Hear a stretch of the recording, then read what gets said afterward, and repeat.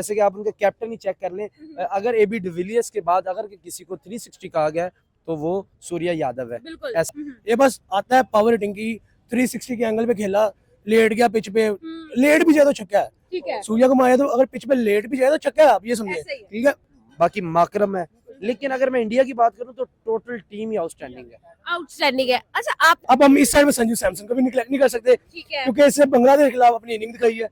इसने एक highest target खड़ा किया है, 111 के 13 की इनिंग खेल के गया है, जिसके अंदर 311 छक्के 4 चौके थे। तो अब आसन है, तबरेज शमसी है, महाराजा भी करेगा कुछ ना कुछ अगर कर लिया तो। और सूर्या कुमार यादव की अगर बात करें तो ये नहीं, यही बंदा कैप्टन बन के साउथ अफ्रीका की उसी टीम के सामने आ रहा है, ऑब्वियसली बात प्रेशर होगा, ठीक है। अभिषेक शर्मा का तो कंपैरिजन मुझे मिलता ही नहीं है साउथ अफ्रीका की टीम में।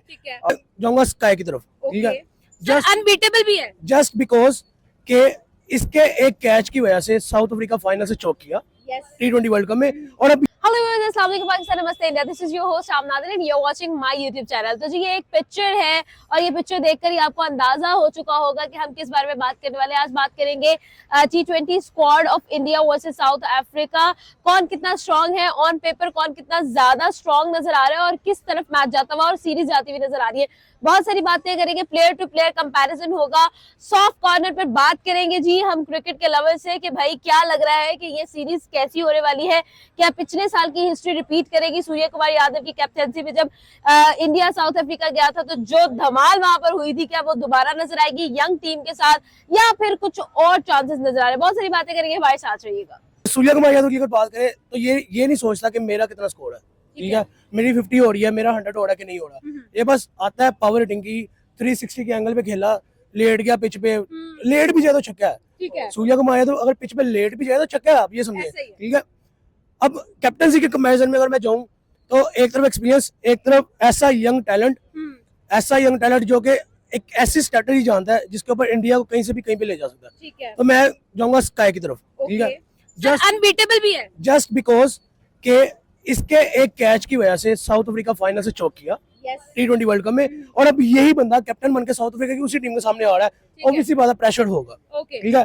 देन हम बात करेंगे क्लासन के ऊपर। क्लासन ऐसा पावर हिटर जिसने T20 वर्ल्ड कप के फाइनल्स में एक बार ये बात मनवा दी है कि मैं जहाँ खड़ा हूँ वहां पे कुछ भी पॉसिबल है, ठीक है। उसके अलावा हमने IPL के अंदर देखा है, अकेला बंदा 20 बॉलों पे 52 करके जा रहा है, ठीक है, 60 करके जा रहा है, 70 करके जा रहा है, लाइक ऐसा पावर हिटर, साथ विकेट कीपर है। तो अब हम इस साइड में संजू सैमसन को भी निगलेक्ट नहीं कर सकते, क्योंकि इससे बांग्लादेश के खिलाफ अपनी इनिंग दिखाई है। इसने एक हाईएस्ट टारगेट खड़ा किया है, 111 के 13 की इनिंग खेल के गया है, जिसके अंदर 311 छक्के 4 चौके थे। तो अब अगर विकेट कीपिंग कंपैरिजन करें तो मेरे ख्याल में संजू सैमसन जो है वो अपनी MS धोनी की कॉपी में विकेट कीपिंग कर रहा है, जान मारता है, बॉल नहीं निकल लेता, ठीक है।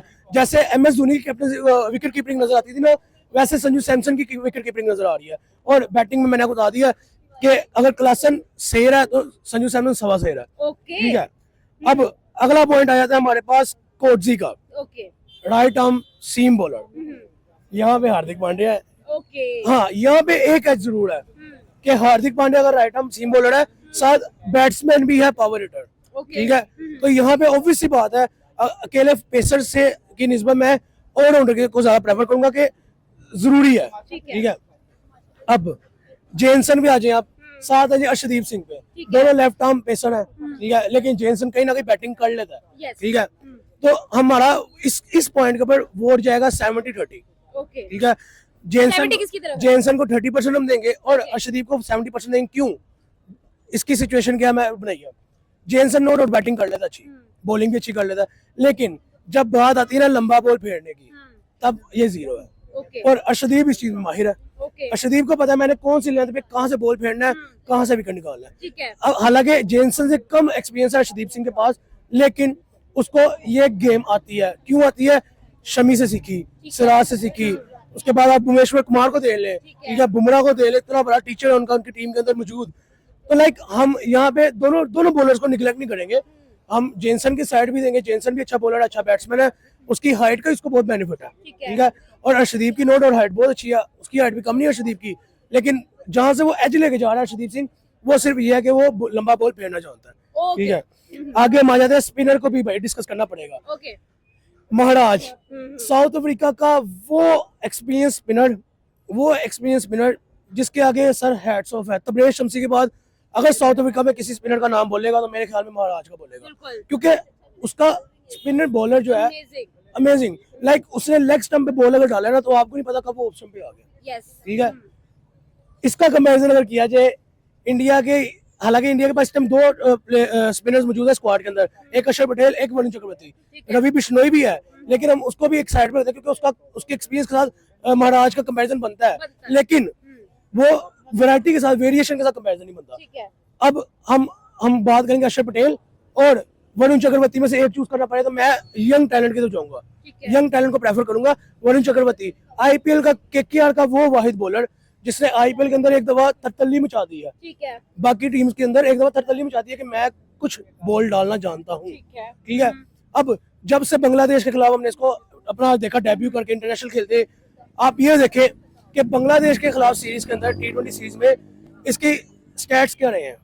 वरुण चक्रवर्ती की यंग स्टैट डेब्यू किया बांग्लादेश के खिलाफ, स्टैट्स क्या रहे हैं 4-3-2 विकेट्स।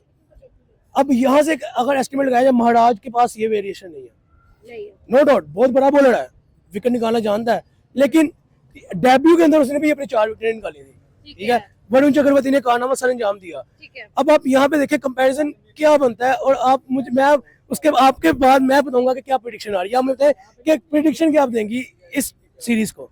सर लास्ट ईयर जब हमने देखा था तो बहुत सीनियर था स्क्वाड साउथ अफ्रीका का, लेकिन यंग स्क्वाड जाकर इंडिया को साउथ अफ्रीका में हरा कर आया था, ये हमारी हिस्ट्री है। तो कुछ इसी तरह की प्रेडिक्शन अभी भी आ रही है। नहीं, मेरे ख्याल में जो प्रेडिक्शन है ना, साउथ अफ्रीका का होम ग्राउंड है, नो डाउट उनका स्टब्स भी बहुत अच्छा बैट्समैन है, हेंड्रिक्स उनका बहुत बड़ा ओपनर है। प्रेडिक्शन मेरे मुताबिक जो होगी ना वो ये होगी, ड्रॉ की तरफ तो नहीं जा रहा, नहीं ड्रॉ की तरफ नहीं जाएगा, सीरीज इंडिया ही जीतेगा, लेकिन कहीं ना कहीं साउथ अफ्रीका भी किसी एक आधे मैच में भारी नजर आएगा, इंडिया के ऊपर हमें हैवी नजर आएगा, क्योंकि अपना होम ग्राउंड है उनका। उनको पता है कि हमने कैसे किस पिच को टैकल करना है, कहाँ पे बॉलिंग एज है, कहाँ पे बैटिंग एज है। पाकिस्तानी टीम तो खैर अब है नहीं जिनको अपनी पिचेस का पता ना हो। अब यहाँ पे मुझे जो लग रहा है 4 मैचेस की सीरीज है, मे भी 3-1 हो जाए, ठीक है, मे भी 2-2 हो जाए, मे भी 4-0 हो जाए। ठीक है, क्योंकि इंडिया के यंग टैलेंट के अंदर जो एक अंदरूनी एक टैलेंट है ना, बाकी स्पार्क कहेंगे उसको, एक जो लाइटनिंग है, थंडर लाइटनिंग है उनके अंदर, वो ये है कि अगर वो उनके में से एक प्लेयर खड़ा हो जाए, आप आंखें बंद कर लो कि साइड इंडिया की लग गई है। आप देखिए संजू सैमसन खड़ा हुआ, साइड इंडिया की तरफ गई। T20 के अंदर 300 स्कोर का टारगेट कहाँ बना है मुझे बताएं, क्रिकेट हिस्ट्री में नहीं बना। इंडिया ने ही पहले बनाया 269 का, आई थिंक सो। ठीक है, और अब 297 है।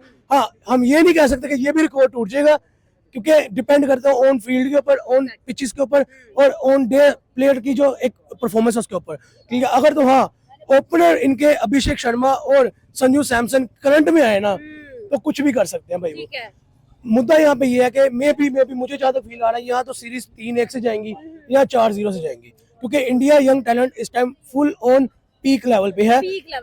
और इस वजह से नहीं कि भाई वो इंडिया टीम है, नहीं, इस वजह से कि उन्होंने परफॉर्म करके अपना सिक्का मनवाया है।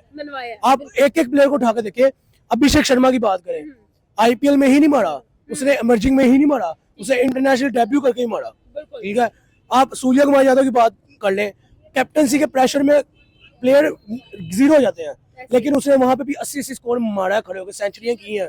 ठीक है, आप संजू सैमसन की बात कर लें, जिसको बांग्लादेश सीरीज के पहले कोई जानते नहीं था, लेकिन उसकी उस इनिंग के बाद उसको हर बंदा जानने लग पड़ा। ठीक है, आप अक्षर पटेल की बात कर लें, नीचे से लड़का ऊपर आके खेलता है और ऐसे टीम को एक बूस्ट दे देता है। ठीक है, आप हार्दिक पांड्या की बात कर लें, चैंपियंस ट्रॉफी जितवाने वाला, परफॉर्म करने वाला वो। ठीक है, उसके बाद वहां उस जगह पे परफॉर्म करने वाला वो जहां पे जरूरत पड़ती है, T20 वर्ल्ड कप के फाइनल मैच के अंदर जहां उसकी जरूरत पड़ी वहां पे आकर उसे मारा। ठीक है, तो हम किसी एक टीम के एक प्लेयर को भी निगलेक्ट नहीं कर सकते, खास तौर पे इंडिया के यंग टैलेंट को, क्योंकि देखिए अगर कंपैरिजन किया जाए तो नो डाउट दोनों की तरफ बहुत तगड़े प्लेयर हैं, और आप जानते हैं कि कभी भी साउथ अफ्रीका को साउथ अफ्रीका में ही हराना बहुत ही मुश्किल है। कोई भी, चाहे ऑस्ट्रेलिया भी चली जाती है उनके लिए भी बहुत टफ टाइम मिलता है, बट इंडिया की अलग लेवल है, उनके एक जो यंगस्टर हैं बीच में वो बहुत तगड़े हैं। जैसे कि आप उनके कैप्टन ही चेक कर लें, अगर AB डिविलियर्स के बाद अगर किसी को 360 कहा गया तो वो सूर्या यादव है, ऐसे ही है। तो इसके बाद अगर हम कंपैरिजन इनके दोनों को किया जाए तो अभिषेक शर्मा का तो कंपैरिजन मुझे मिलता ही नहीं है साउथ अफ्रीका की टीम में। और अगर रिंकू सिंह का किया जाए तो वो मुझे डेविड मिलर की शक्ल में मिलता है। ठीक है। अगर हम बात करें हार्दिक पांड्या की, तो वो मुझे उसका लेवल ही नहीं मिलता। ओके। उसके ठीक कोई है। इनके अंदर है ही नहीं इस तरह का, तो वो उसका मैं कंपैरिजन नहीं कर ठीक पाऊंगा। है। तो अगर आप वहां से तबरेज शम्सी की बात करें, तो इधर फिर अर्शदीप सिंह है और रवि बिश्नोई। ठीक है। ये तगड़ा है, Spin. ये इन दोनों की बहुत तगड़ी होने वाली, जुगलबंदी बहुत अच्छी होगी इनकी। ओके। चाहे मुखालिफ कह रहे हैं, लेकिन जबरदस्त हमें देखने को मिलेगा। ठीक है। और उसके अलावा इनके पास जो इनके कैप्टन है माकरम, उनका अगर मैं कंपैरिजन कर लूं तो मे बी शायद संजू सैमसंग के साथ, शायद ओके। वाली बात है, मैं कर लूं। लेकिन इन दोनों टीमों में एक बहुत बड़ा फर्क है। ठीक है। वो फर्क है हेनरिक क्लासन का। ओके। बहुत बड़ा फर्क है। वो इंडिया को वहां एक्स्ट्रा ऑर्डिनरी खेलना पड़ेगा तो वो कर पाएंगे। हेनरिक क्लासन का कोई भी मुकाबला नहीं है इंडियन टीम के, कंपैरिजन हम नहीं कर पाएंगे, क्योंकि उनके पास कुछ है नहीं है हेनरिक क्लासन जैसा। क्योंकि आपको पता, नो डाउट, वो जब खेलता है तो वो आउटस्टैंडिंग खेलता है, वो बहुत मारता है, वो घसीटता है भाई, मारता कम है, घसीटता बहुत ज्यादा है। अगर टोटली बात की जाए तो 50-50 है, क्योंकि रबादा इधर है, उधर संदीप है। और अगर हम इधर और कंपैरिजन करें, नो डाउट कोई मुझे इतना खास लग नहीं रहा। अफ्रीका के 3 प्लेयर को मैं की कहूंगा, एक तो क्लासन है, ठीक है। तबरेज शम्सी है, महाराजा भी करेगा कुछ ना कुछ अगर कर लिया तो, बाकी माकरम है। लेकिन अगर मैं इंडिया की बात करूं तो टोटल टीम ही आउटस्टैंडिंग है। आउटस्टैंडिंग है। अच्छा, आपने कहा कि साउथ अफ्रीका को साउथ अफ्रीका में हराना बहुत मुश्किल है। लास्ट ईयर जब इंडिया ने टूर किया था साउथ अफ्रीका का, आपको याद होगा, T20 भी हुआ था, ODI भी हुआ था और टेस्ट भी हुआ था। T20 हुआ था सूर्य कुमार यादव की कैप्टनसी के अंदर, और ODI हुआ था KL राहुल की कैप्टनसी के अंदर, और उसके बाद टेस्ट हुआ था रोहित शर्मा की कैप्टनसी के अंदर। और तीनों में इंडिया की जो परफॉर्मेंसेस थी वो बहुत रिमार्केबल थी। आपको क्या लगता है कि अगर हम लोग वो परफॉर्मेंसेस की बात करें और इन परफॉर्मेंसेस की बात करें, तो इंडिया सूर्य कुमार यादव की कैप्टनसी में कभी भी नहीं हारा, तो अब भी यही लग रहा है कि इंडिया जीतेगा? देखिए, कभी भी ये जो 4 मैचों की सीरीज होती है ना, ये बड़ी टफ होती है। हाँ, ये अगर ड्रॉ की तरफ जा सकती हाँ, है। हाँ, ये वो होता है। ये 3 या 5, हाँ, ये वो है ना जी सके ना मर सके, ये वो वाला हिसाब है 4 मैचों की हाँ। सीरीज। ये नहायत ही टफ किस्म की होती है, ठीक है। 4 मैचों की सीरीज किसी भी फॉर्मेट में हो। ठीक है। तो इसको देखते हुए तो ड्रॉ की तरफ जाना पड़ेगा। लेकिन बार बार यही बात आती है कि जब पिछली बार अफ्रीका के साथ इंडिया खेली थी तब बिल्कुल मुख्तलिफ था। ठीक है। अब जब आ रही है तो बड़ा ही डिफरेंट है। उस वक्त बुमराह था, शामी था इनके साथ, लेकिन अब वो नहीं है। लेकिन T20 स्क्वाड में तो ये लोग नहीं थे ना। T20 स्क्वाड में अर्शदीप था, आवेश खान था, ऑलमोस्ट यही स्क्वाड था, और सूर्य कुमार यादव की कैप्टनसी में, तो मतलब ऑलमोस्ट स्क्वाड तो वही है। यंगस्टर्स को लास्ट टाइम इंडिया लेकर गया था, तब भी यहाँ पर उनके सीनियर। अभी आप ये सोचें कि इंडिया जो है बिल्कुल लैक डाउन करके गया वहाँ, ठीक है। 3 मैचों की सीरीज हार की, बहुत उनका जो कॉन्फिडेंस है वो बिल्कुल जमीन के ऊपर है। ठीक है। अफ्रीका में शेर है, वो शेरों की तरह धारता है, ठीक ये हम है। जानते हैं। हाँ, अगर शेर को कोई गुलाम डाल सकता है तो वो भी इंडिया ही है। ओके। हाँ, वो भी इंडिया ही है। तो काफी अच्छी सीरीज देखने को मिलेगी, लेकिन ड्रा की तरफ ज्यादा जाते हुए ये होना नहीं इस तरह चाहिए। 3 या 5 की सीरीज होनी चाहिए। Thank you.